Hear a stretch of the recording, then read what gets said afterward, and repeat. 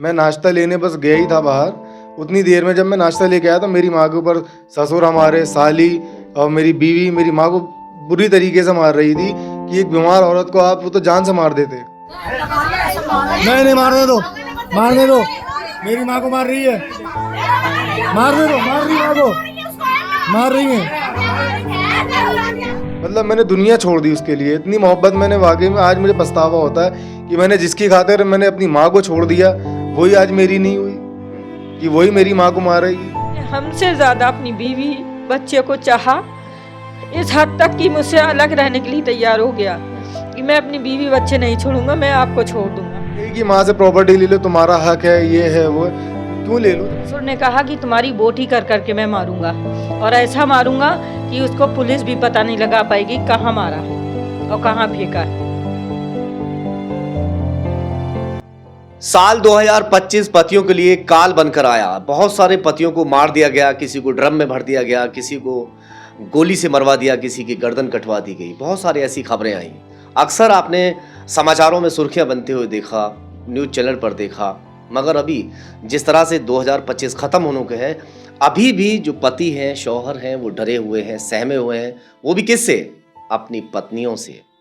एक और पति यहाँ पर मेरे पास पहुँचे हैं। वो बता रहे हैं कि मुझे अपनी पत्नी से खतरा है। वो डरे हुए हैं। उनका कहना यह भी है कि घर में घुस के 3 से 4 लोगों ने मेरी माँ को बुरी तरह से पीटा। चलिए खैर, घर घर की कहानी है, घर घर में इस तरह से बातें होती चलती रहती हैं। मगर जो लोग कैमरे पर आते हैं बड़ी मजबूरी में, तब जबकि सर से पानी उतर चुका होता है, तब ये काम होते हैं। मैं पूरी जानकारी उनसे लेता हूँ क्या कुछ मामला है। क्या नाम है आपका? मेरा नाम आगम है। कहाँ से हैं आप? मैं ही बुलंदशहर भूड़ से हूँ।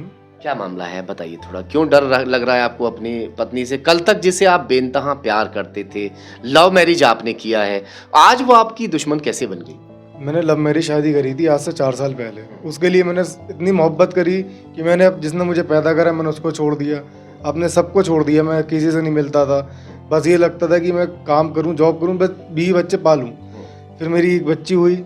मगर मेरी बीवी का हमेशा ये कहना था माँ से, तुम जायदाद ले लो, ये ले लो। अरे क्यों ले लूँ भाई, जब मैंने लव मैरिज शादी करी है तो मैं इकलौता लड़का हूँ। मेरी माँ का कोई नहीं? कोई नहीं है। पापा? पापा भी नहीं है मेरे, मतलब डिवोर्स हो चुका है मेरी माँ का जब मैं पेट में ही था। जब भी मेरे पापा अलग हो गए थे, मेरी माँ ने मुझे पाला। उस औरत ने दूसरी शादी नहीं करी और मैंने उसी को सपने को चूर कर दिया कि मैंने अपनी मर्जी शादी कर ली। अब आप खुद समझ सकते हैं कि जिस माँ ने एक लौता लड़का हूँ, उसने सहरा नहीं देखा और तिल तिल मरी वो। अब उसी के ऊपर तुम ये कहती हो कि भाई माँ से प्रॉपर्टी ले लो, ये ले लो। क्यों ले लूँ? जो माँ है वो सपने सजे हुए थी कि मैं अपने बेटी की शादी करूंगी, सेहरा सजाऊंगी, वो मतलब कुछ ऐसा हुआ नहीं? ऐसा कुछ नहीं हुआ। मैंने अपनी मर्जी शादी कर ली थी जाके। मैंने अपनी माँ को सबको छोड़ दिया। अब उसी माँ के ऊपर आप मेरे ससुराल वाले आए, मेरी माँ को मारा। मेरी माँ समझौते के लिए तैयार थी। मैं नाश्ता लेने बस गया ही था बाहर। उतनी देर में जब मैं नाश्ता लेके आया तो मेरी माँ के ऊपर ससुर हमारे, साली और मेरी बीवी मेरी माँ को बुरी तरीके से मार रही थी कि एक बीमार औरत को आप वो तो जान से मार देते। नहीं मारने दो, मारने दो। मेरी माँ को मार रही है, मारने दो, मार रही माँ को, मार रही है।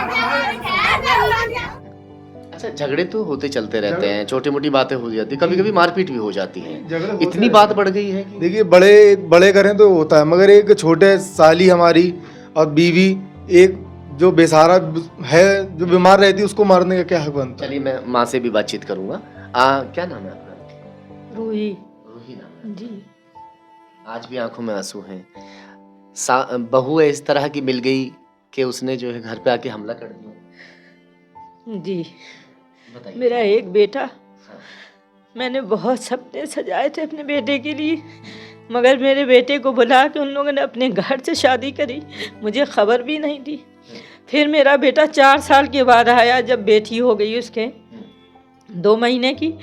उसके बाद मैंने अपने बच्चे को एक्सेप्ट किया और इस लोगों को एक्सेप्ट किया जिसने मेरे साथ मेरे सपनों को छूर छूर किया। उसके बाद भी रात दिन मेरे साथ इन्हीं ने टॉर्चर किया। उसके बाद भी मैं बेटे को अपने नहीं छोड़ सकी, मगर मेरे बेटे ने हमसे ज़्यादा अपनी बीवी बच्चे को चाहा, इस हद तक कि मुझसे अलग रहने के लिए तैयार हो गया कि मैं अपनी बीवी बच्चे नहीं छोड़ूंगा, मैं आपको छोड़ दूंगा।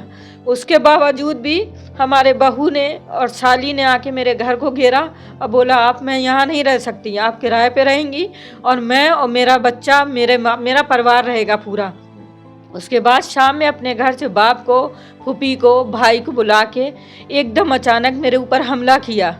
मेरी आवाज़ ना निकल सकी, फिर भी आवाज़ कोई ऐसा सबूत है आपके पास जिस बता रहे हैं जिस मेरे तरह पास वीडियो है, वीडियो बनी हुई है। मेरे पड़ोसियों ने बहुत साथ दिया, मेरे पड़ोसियों ने हमें बचाया, नहीं तो मुझे जान से मारने की पूरी कोशिश की, छोड़ नहीं सकते थे, जान से मारने के बोला।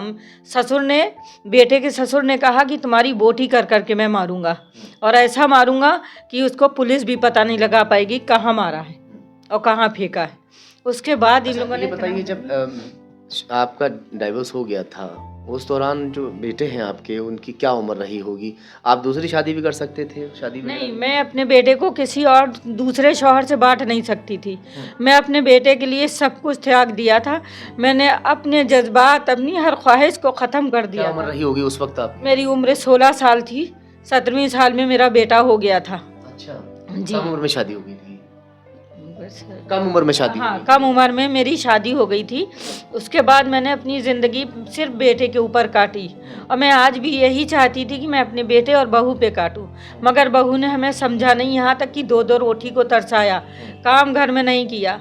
हर परेशानी, हर जद्दोजहद में सह रही थी कि अपने बेटे के खातिर, मगर आने के बाद डायरेक्ट बोली ये घर बेटे के नहीं मेरे नाम किया जाए। यानी जो मकान है वो अपने नाम कराना चाह रही जी। थी। तो ये पूरी कुछ लालच उनके मेरी कुछ माँ की दहेज में प्रॉपर्टी दिया है। होगा आपको उन्होंने? मैंने दहेज में कुछ भी नहीं लिया था। अच्छा। मैं खाली शादी करके आया था। अब जो उनको बस उन्हीं को कपड़े मिले थे, जो कपड़े दिए जाते लड़की को, बस, और फिर मैं उन्हीं के घर में रहा। वहीं पर रहे थे? जी। कितने साल तक? मैं 4 साल तक रहा हूँ वहाँ पे। 4 साल तक माँ के पास नहीं आए? नहीं, माँ के पास नहीं आया। मैं वहीं गाड़ी चलाता था, ड्राइवरी करता था, वहीं रहता था। माँ से बात भी नहीं होती थी? माँ से बात नहीं होती थी मेरी। आपको अब कैसा वो महसूस होता है? उस दौरान 4 साल का समय आपने अपनी पत्नी की खातिर जो है वहाँ रख, मगर माँ को छोड़ मैंने इतनी मोहब्बत करी कि अपनी पत्नी की खातिर मैंने सब कुछ छोड़ दिया कि मैंने दुनिया ना सब कुछ देखा ही नहीं। मैंने ना अपनी माँ को देखा। कभी कभी कोशिश करता था औरों से कि मेरी माँ से बात हो जाए, तो मेरी खालाएं होती थी, मैं उनसे कहता था मेरी माँ से बात करा दो। मगर एक जिसने मेरी ज़िंदगी मेरे लिए बर्बाद करी, उसके दिल पे बहुत बुरा बीता। तो बात किस मुंह से करती मुझसे? जिसने मुझे पैदा करा मैंने उसी को चेहरा नहीं दिखाया। मतलब मैंने दुनिया छोड़ दी उसके लिए। इतनी मोहब्बत मैंने, वाकई में आज मुझे पछतावा होता है कि मैंने जिसकी खातिर मैंने अपनी माँ को छोड़ दिया, वही आज मेरी नहीं हुई, कि वही मेरी माँ को मारेगी। और अब तो आगे चल के कभी रही, वैसे तो होता नहीं, आगे कभी तो मेरी माँ को जान से मार सकती है। जब इतना बड़ा कदम उठ सकता है कि मैं नाश्ता लेने गया, मैंने चलो समझौता रहा, मैं अलग लेके रहूँगा। अच्छा, वो लोग समझौता करने आए थे? वो लोग समझौता की प्लानिंग से आए थे मारने की। अच्छा। अब आप बताइए, मैं समझौता करने के लिए नाश्ता लेने, जबकि मेरी माँ ने कहा जाओ बेटा नाश्ता ले आओ, मेहमान है घर में, कोई भी दुश्मन भी आए तो उसको इज्जत होती है। अब इतना सहने के बाद भी उसने, मेरी माँ ने ये कहा, बस मैं नाश्ता लेने जैसे ही गया उतनी देर में मेरी माँ के ऊपर हमला हो गया। वो तो मेरे मोहल्ले वाले थे जो मेरी माँ बच गई, वरना आज मेरी माँ यहाँ भी नहीं होती। तो आपको डर है कुछ? मुझे डर है, क्रिमिनल लोग हैं, वो कुछ भी कर सकते हैं मेरी माँ के साथ, मेरे साथ भी। और आजकल भाई औरतें क्या करती हैं, झूठे केस में फंसाती हैं आदमियों को। हजारों केस आज के टाइम में इंडिया में पेंडिंग है। क्यों? औरतें झूठे केस में, दहेज के केस में, मानसिक उत्पीड़न के केस में। यहाँ तो उल्टा मेरी माँ के साथ मानसिक उत्पीड़न हुआ, मारपीट हुई है। ना मैंने आज दहेज लिया ना कुछ लिया है। मेरे पास मारपीट का प्रूफ है, वीडियो है जो हमारे घर में इन्हीं ने तोड़ फोड़ की, मुझे मारा है, मेरे पास प्रूफ है।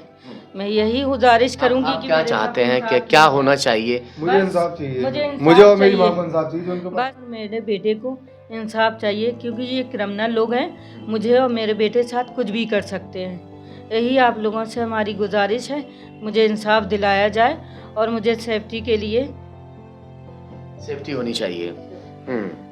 आपको भी डर है? मुझे भी डर है आपकी जो कि- कल तक आप अपनी वाइफ से बहुत प्यार करते थे, आपकी वाइफ भी आपसे बहुत प्यार करती होंगी, लव मैरिज आप लोगों ने किया है, तो अब मतलब इतने खाली मकान के लिए ऐसा हो रहा है? खाली लालच है, लालच ही सब कुछ बर्बाद कर देती है आज के टाइम में। लालच ही। आप साथ भी रहे, कितना समय हो गया शादी मैं को? 4 साल। 4 साल के इस अंतराल में क्या कभी ऐसा लगा कि वो लालची औरत है? या हमेशा यही कि माँ से प्रॉपर्टी ले लो, तुम्हारा हक है, ये है वो है। क्यों ले लूँ जब मैंने अपनी माँ ना, मेरी माँ ने शादी कराई, जब मैंने सब कुछ छोड़ के तेरे पास आया। मैं माँ की भाई खुद की कमाई, कोई दादा परदादा की तो आई नहीं। माँ ने मेरी मजदूरी तक करी, मतलब खून तक निकलता था, उसने इतनी मजदूरी करी है। उस टाइम में मैं बचपन ही बताता हूँ, काली नदी पे लोहे की दुकान हुआ करती थी, तो अपने कंधे पे पाइप लेके आती थी, पाइप वो चरपाई बनाने के लिए, उसने अपनी मेहनत से करा ना सब कुछ, किसी ने दिया तो है नहीं। मेरा क्या हक बनता है कि मैं अपनी माँ से लूँ? तुम्हारा हक मेरे ऊपर है ना कि मैं कमाऊँ, मैं कुछ भी करूँ तो मैं करूँगा ना, कर रहा हूँ मैं। हर ये एक अकेले ऐसे नहीं हैं जिनके ऊपर इस तरह के हमले हो रहे हैं या लोग दहशत के साए में नहीं जी रहे हैं। बहुत सारे ऐसे शौहर हैं जो अपनी बीवियों के डर की वजह से घर तक छोड़ जाते हैं। डर और दहशत में पूरा परिवार होता है कि किसी झूठे मुकदमे में ना फंसवा दें, दहेज प्रथा में, या कोई ऐसा मुकदमा ना लगा दें जो उनकी ज़िंदगी है जो इस वक्त सही चल रही है उसमें कोई दिक्कत पैदा हो जाए। चलिए खैर, संबंधित आला अधिकारियों से मैं कहना चाहूँगा कि इस मामले की जांच होनी चाहिए और जो वीडियो है इनके पास सबूत के तौर पर उन्हें देखा जाए, गौर किया जाए और इनको इंसाफ मिलना चाहिए।